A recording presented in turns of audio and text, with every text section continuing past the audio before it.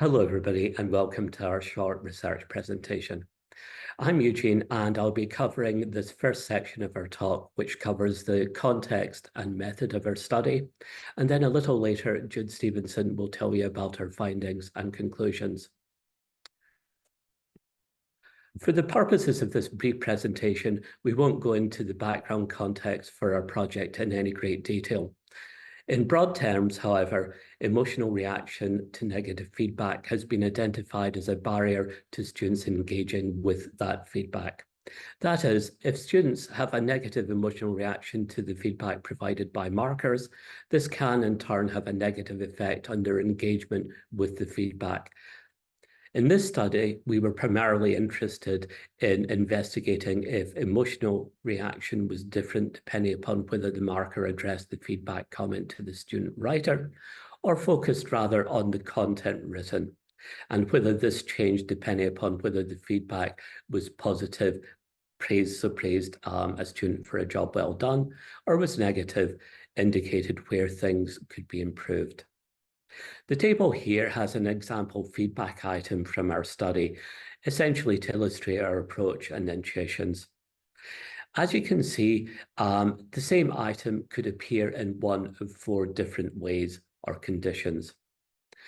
Your writing here is very clear. In this case, it's personally addressed to the writer and communicates a positive comment. In the case of your writing here is very unclear, it's also personally addressed to the writer, but this time communicates a more negative comment. In the third condition, the writing here is very clear. It's a positive comment, but is focused on the content rather than the writer.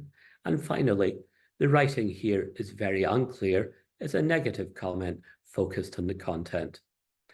Our intuition was that negative comments may be taken less personally when they are focused on the content rather on the writer, and therefore potentially lead to a less negative emotional reaction from the student. In contrast, however, positive comments focused on the writer may lead to a more positive emotional reaction than if the comment was addressed more neutrally to the content. For the quantitative part of our study, to basically operationalize what I've just said a little more clearly, we presented 106 participants with simulated feedback, where we systematically varied two independent variables. First, form of address, where the feedback was either focused on the writer using the pronoun your, or the content using the. Second, feedback polarity, where the feedback was either positive or negative. So either praised something that the student had done well, or indicated an aspect where the student writing could be improved. Participants were asked to provide ratings ranging from 0 through to 100 on a slider scale. They didn't see the actual numbers, but the slider scale ran from 0 to 100. And they did this for three different dependent variables, three different questions. So students were asked how happy the feedback would make them feel on a scale running from very unhappy rather, through to very happy. They were also asked how useful they would find the feedback on a scale running from not at all useful through to very useful. And finally, they were asked how much attention they would pay to the feedback, from definitely would not pay attention through to definitely would pay attention. So essentially, two independent variables and three dependent variables. We also asked students to complete an open-ended response, which asked them to reflect on the use of personal and neutral reference and feedback, and how this might affect emotional reaction and engagement with that feedback. 100 of our participants completed this open response, and then we used this data as the basis for our content analysis. Now, Jude's going to continue with the presentation and talk you through our findings and talk you through what we concluded from those. Hi, I'm Judith, and I'm going to present the results. So we investigated if there was any effect of reference type, that is, if the marker addressed the student as you, or the writing, the, on student ratings of emotion, attention, and usefulness towards feedback. And we used what's called a 2x2 analysis of variance, ANOVA, to do this. And our results showed that there were no differences in ratings of attention, emotion, or usefulness, depending on whether the marker used you or the. Our results then brought in the variable of feedback polarity, whether the feedback was positive or negative. And this is where things got a bit more interesting when we look at something called interactions in the data. As you can see in the graph on the left, ratings of emotion, that is happiness towards feedback, are vastly affected by feedback polarity, where ratings are higher for happiness when feedback is positive and lower when feedback is negative. And that was regardless of form of address. For the purpose of time, I'm going to skip the second and the third graphs, but you can see the data there. Basically, very little was found for attention and usefulness.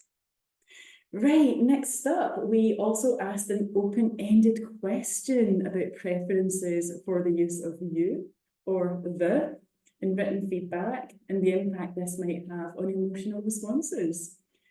Using content analysis, 6 categories emerged, and you can see these in the table on the right-hand side. And our data showed that exactly half, 50 participants, expressed a clear preference for the use of the. And 44 of these indicated that this was because the use of the cushions the blow of negative feedback. This then brings us on to the category of polarity dependent, which is where students wanted you when the feedback was positive, but they wanted the when the feedback was negative. This was actually only expressed by 11 of our 100 participants, but it does make a lot of sense because you feel good if something's been done well, and you don't feel so good if something has not been done so well. So you for positive and the for negative. Finally, an explicit desire for personal feedback was only expressed by about a quarter, 24 of our participants. And emotion didn't really come into this. This feedback basically said that people felt you was more customized to them and seemed less like a blanket statement applied to everyone. So what does this all mean? Well, you versus the didn't produce any effects of any interest in our quantitative data, but we got some awesome qualitative data that begged to differ. Neutral address emerged as the most popular preference, and more so if we add on the polarity-dependent responses. Excuse me. If you think about it, this makes sense. No one likes to get negative feedback, even if it's constructive. Negative feedback can produce a somewhat knee-jerk reaction. So let's put ourselves in the student's shoes for a moment.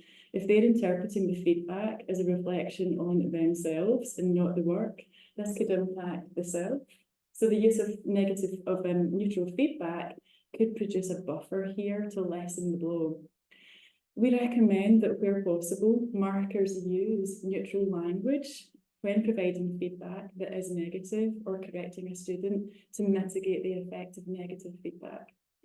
And finally, we are aware that there is very little research in this area. If you know of any that we do not know about, we would love to hear about it. And this work needs replication and more investigation with more variables. Finally, thank you for listening. Your attention was very clear. Thanks to the LTDF for funding this research, and you can click on this link in the slides to read our preprint. Thank you.